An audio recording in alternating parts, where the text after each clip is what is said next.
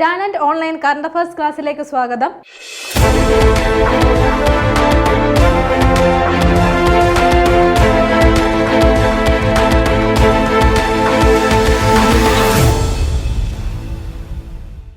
ഇന്ന് നമ്മൾ ചർച്ച ചെയ്യുന്നത് ഫെബ്രുവരി 23-ാം തീയതിയിലെ ആനുകാലിക വിഷയങ്ങളാണ്. വരൂ ക്ലാസ്സിലേക്ക് കടക്കാം. ഇന്ന് നമ്മൾ ആദ്യം ചർച്ച ചെയ്യുന്ന പോയിന്റ് ഇതാണ്: നഗരപരിധിയിൽ വരുന്ന ഈ വാഹനങ്ങൾക്കും അതേപോലെ വീടുകളിൽ സോളാർ പാനലുകൾ സ്ഥാപിക്കുന്നതിനും സബ്സിഡി നൽകുവാൻ പദ്ധതിയിടുന്ന കോർപ്പറേഷൻ ഏതെന്നാണ്.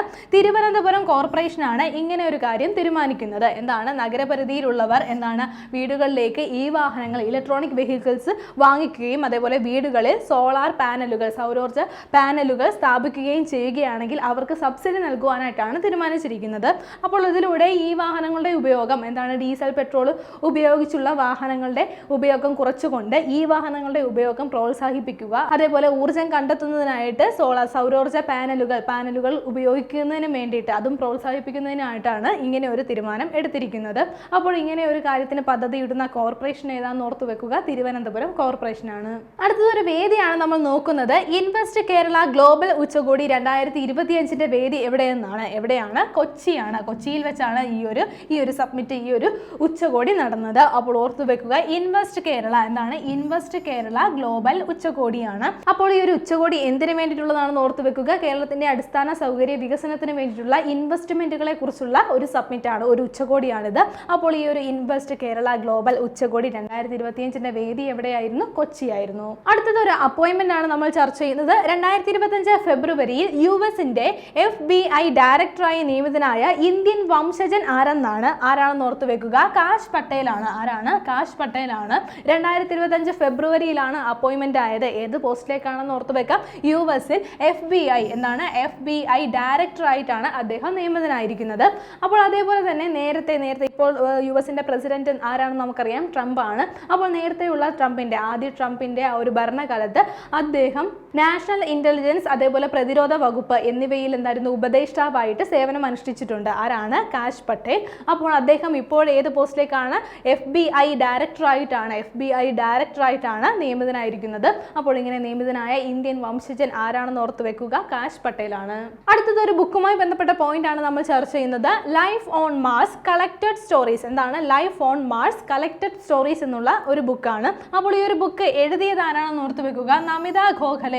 ആരാണ്? നമിത ഗോഖലെയാണ് ഈ ഒരു ബുക്ക് എഴുതിയിരിക്കുന്നത്.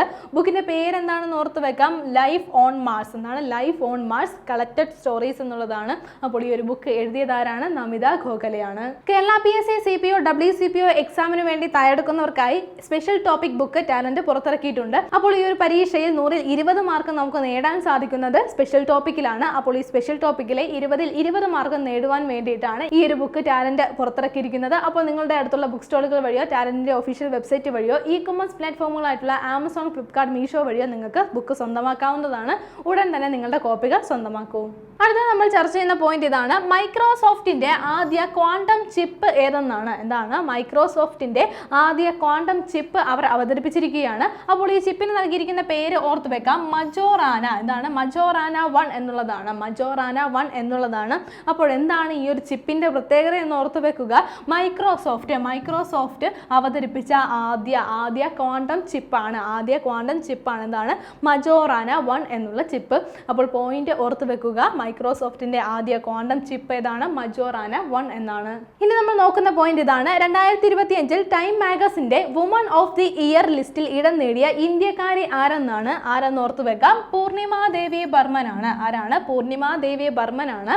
ഓർത്തു വെക്കുക, 2025 ലിസ്റ്റിലാണ്. 2025 ടൈം മാഗസിന്റെ വുമൺ ഓഫ് ദി ഇയർ ലിസ്റ്റിലേക്കാണ് ഇടം നേടിയിരിക്കുന്നത്. അപ്പോൾ ഇങ്ങനെ ഇടം നേടിയ ഇന്ത്യക്കാരിയാണ്. അപ്പോൾ 2025 ഈ ഒരു ലിസ്റ്റിലേക്ക് ഒരേ ഒരു ഇന്ത്യക്കാർ മാത്രമാണ് ഇടം നേടിയിട്ടുള്ളത്. അപ്പോൾ പേര് ഓർത്തു വെക്കുക, പൂർണിമ ദേവി ബർമൻ ആണ്.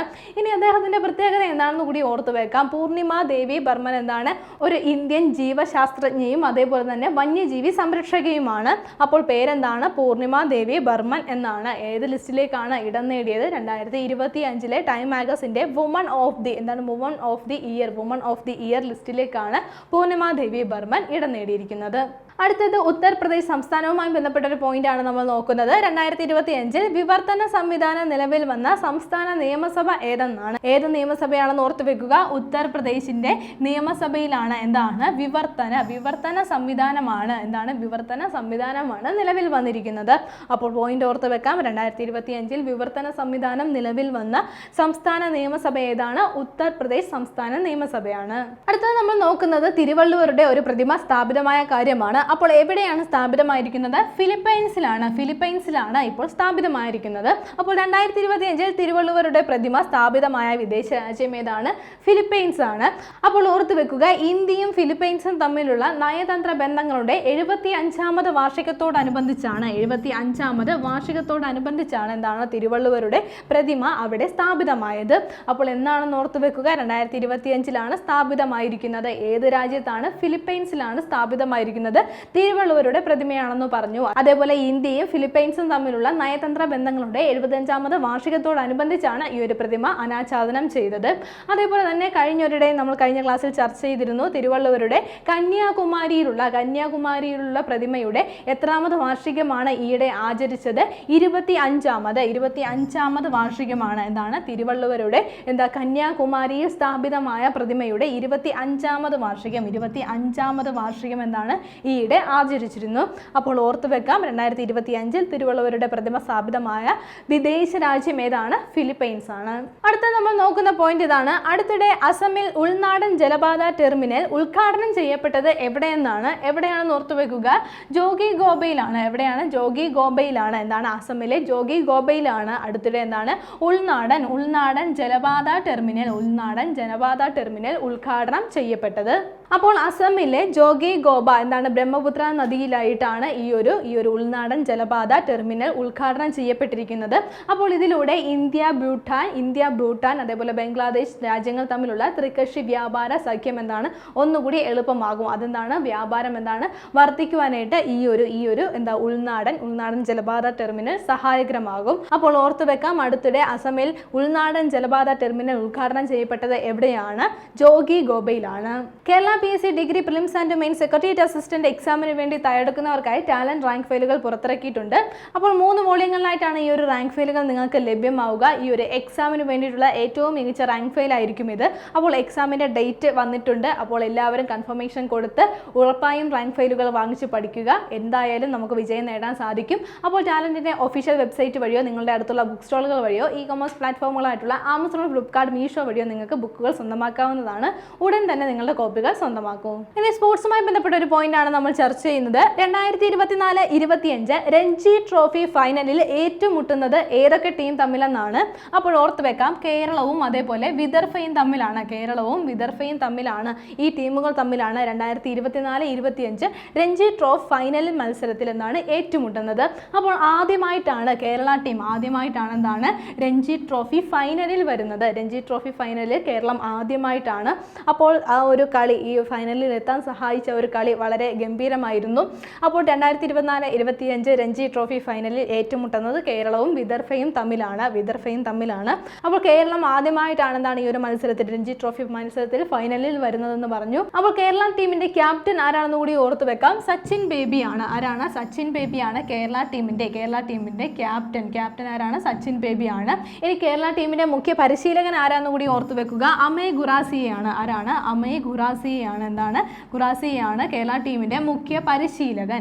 അപ്പോൾ ഓർത്തു വെക്കുക, 2024-25 രഞ്ജി ട്രോഫി മത്സരത്തിന്റെ ഫൈനലിൽ ഏറ്റുമുട്ടുന്ന ടീമുകൾ ഏതൊക്കെയാണ്? കേരളവും വിദർഭയുമാണ്. ഇനി ഒരു വിയോഗമാണ് നമ്മൾ ചർച്ച ചെയ്യുന്നത്. 2025 ഫെബ്രുവരിയിൽ അന്തരിച്ച മുൻ ഇന്ത്യൻ ക്രിക്കറ്റ് താരം ആരാണെന്ന് ഓർത്തു വെക്കുക. മിലിംഗ് റെഗെ. മിലിംഗ് റെഗെ ആണ് 2025 ഫെബ്രുവരിയിൽ അന്തരിച്ച. അദ്ദേഹത്തിന്റെ പ്രത്യേകത എന്താണ്? മുൻ ഇന്ത്യൻ ക്രിക്കറ്റ് താരമായിരുന്നു. മിലിംഗ് റെഗെ എന്നുള്ള കാര്യം ഓർത്തു വെക്കുക. കേരള PSC എക്സാമിന് വേണ്ടി തയ്യാറെടുക്കുന്നവർക്കായി secretariat assistant, CPO, WCPO, SAO police, assistant salesman, BFO, CEO, VFA, police driver, fireman, firewoman എന്നീ പോസ്റ്റുകളിലേക്കുള്ള ഓൺലൈൻ ഓഫ്ലൈൻ കോഴ്സുകൾ ഇപ്പോൾ ടാലന്റ് ആരംഭിച്ചിട്ടുണ്ട്. അപ്പോൾ കോഴ്സുകളുമായി ബന്ധപ്പെട്ട കൂടുതൽ വിവരങ്ങൾക്ക് താഴെ കാണുന്ന ഫോം ഫില്ല് ചെയ്യുകയോ സ്ക്രീനിൽ കാണുന്ന നമ്പറുമായി ബന്ധപ്പെടുകയോ ചെയ്യുക. ഇതുവരെ നമ്മൾ ചർച്ച ചെയ്ത പോയിന്റുകൾ ഒന്നുകൂടി നോക്കാം. ആദ്യം നമ്മൾ ചർച്ച ചെയ്ത പോയിന്റ് ഇതായിരുന്നു. നഗരപരിധിയിൽ വരുന്ന ഈ വാഹനങ്ങൾക്കും വീടുകളിലെ സോളാർ പ്ലാന്റുകൾക്കും സബ്സിഡി നൽകുവാൻ പദ്ധതിയിടുന്ന കോർപ്പറേഷൻ ഏതെന്നാണ്. തിരുവനന്തപുരം തിരുവനന്തപുരം കോർപ്പറേഷൻ ആണ്. അപ്പോൾ എന്താണ് പോയിന്റ്? നഗരപരിധിയിൽ വരുന്നവർ, തിരുവനന്തപുരം കോർപ്പറേഷന്റെ നഗരപരിധിയിൽ വരുന്നവർ വീട്ടിലേക്ക് ഈ വാഹനങ്ങൾ വാങ്ങിക്കുകയും അതേപോലെ സൗരോർജ്ജ പ്ലാന്റുകൾ സ്ഥാപിക്കുകയും ചെയ്യുകയാണെങ്കിൽ അതിന് സബ്സിഡി നൽകുവാനായിട്ടാണ് ഈ തീരുമാനമിടുന്നത്, പദ്ധതി ഇടുന്നത്. അപ്പോൾ ഇങ്ങനെ പദ്ധതി ഇടുന്ന കോർപ്പറേഷൻ ഏതാണ്? തിരുവനന്തപുരം കോർപ്പറേഷനാണ്. അത് കഴിഞ്ഞ് നമ്മൾ നോക്കിയത് ഒരു വേദിയായിരുന്നു, കൊച്ചിയാണ് വേദിയായിട്ട് വന്നത്. എന്തിന്റെ വേദിയാണ്? ഇൻവെസ്റ്റ് കേരള ഗ്ലോബൽ ഉച്ചകോടി 2025 വേദി എവിടെയാണ്? കൊച്ചിയാണ്. ശേഷം നമ്മൾ നോക്കിയ പോയിന്റ് 2025 ഫെബ്രുവരിയിൽ US-ൽ FBI-യുടെ FBI-യുടെ ഡയറക്ടറായി നിയമിതനായ ഇന്ത്യൻ വംശജൻ ആരെന്നാണ്? ആരാണ്? കാഷ് പട്ടേൽ ആണ്. അപ്പോൾ ഏത് പോസ്റ്റിലേക്കാണെന്ന് ഓർത്തു വെക്കുക, FBI ഡയറക്ടറായിട്ടാണ് അദ്ദേഹം നിയമിതനായിരിക്കുന്നത്. അത് കഴിഞ്ഞ് നമ്മൾ നോക്കിയത് ഒരു ബുക്കായിരുന്നു. ബുക്കിന്റെ പേരെന്താണ്? Life on Mars collected stories എന്നുള്ള ബുക്കാണ്. അപ്പോൾ ഈ ഒരു ബുക്ക് എഴുതിയത് ആരാണ്? നമിത ഗോഖലെയാണ്. ആരാണ്? നമിത ഗോഖലെയാണ് life on Mars collected stories എന്നുള്ള ഈ ഒരു ബുക്ക് എഴുതിയത്. അത് കഴിഞ്ഞ് നമ്മൾ നോക്കിയ പോയിന്റ് ഇതായിരുന്നു, മൈക്രോസോഫ്റ്റിന്റെ ആദ്യ ക്വാണ്ടം ചിപ്പ് ഏതെന്നാണ്? ഓർത്തു വെക്കുക, മജോറാന. എന്താണ്? മജോറാന 1 എന്നുള്ളതാണ്. എന്താണ് ഈ ക്വാണ്ടം ചിപ്പിന് നൽകിയിരിക്കുന്ന പേര്? മജോറാന 1 എന്നുള്ളതാണ്. എന്താണ് പ്രത്യേകത? മൈക്രോസോഫ്റ്റ് അവതരിപ്പിക്കുന്ന ആദ്യ ക്വാണ്ടം ചിപ്പാണിത്. ശേഷം നമ്മൾ ചർച്ച ചെയ്ത പോയിന്റ് 2025 ടൈം മാഗസിന്റെ വുമൺ ഓഫ് ദി ഇയർ ലിസ്റ്റിൽ ഇടം നേടിയ ഇന്ത്യക്കാരി ആരെന്നാണ്? ആരാണ്? പൂർണിമ ദേവി ബർമൻ ആണ്. എന്താണ് പ്രത്യേകത? പൂർണിമ ദേവി ബർമൻ ഒരു ഇന്ത്യൻ ശാസ്ത്രജ്ഞയും അതേപോലെ വന്യജീവി സംരക്ഷകയുമാണ്. അത് കഴിഞ്ഞ് നമ്മൾ നോക്കിയ പോയിന്റ് 2025 വിവർത്തന സംവിധാനം നിലവിൽ വന്ന സംസ്ഥാന നിയമസഭ ഏതെന്നാണ്? ഏത് സംസ്ഥാനത്തെയാണ്? ഉത്തർപ്രദേശ് സംസ്ഥാന നിയമസഭയിലാണ് എന്താണ് 2025 വിവർത്തന സംവിധാനം നിലവിൽ വന്നത്. അത് കഴിഞ്ഞ് നമ്മൾ നോക്കിയ പോയിന്റ് ഇതായിരുന്നു, 2025 തിരുവള്ളുവരുടെ പ്രതിമ സ്ഥാപിതമായ വിദേശ രാജ്യം ഏതെന്നാണ്? എവിടെയാണ്? ഫിലിപ്പൈൻസിലാണ്. എന്താണ്? തിരുവള്ളുവരുടെ പ്രതിമയാണ് സ്ഥാപിതമായിരിക്കുന്നത്. അപ്പോൾ ഇന്ത്യയും ഫിലിപ്പൈൻസും തമ്മിലുള്ള നയതന്ത്രങ്ങളുടെ 75ാമത് വാർഷിക നയതന്ത്ര ബന്ധത്തിന്റെ 75ാമത് വാർഷികത്തോടനുബന്ധിച്ചാണ് ഈ ഒരു പ്രതിമ ഉദ്ഘാടനം ചെയ്യപ്പെട്ടത്.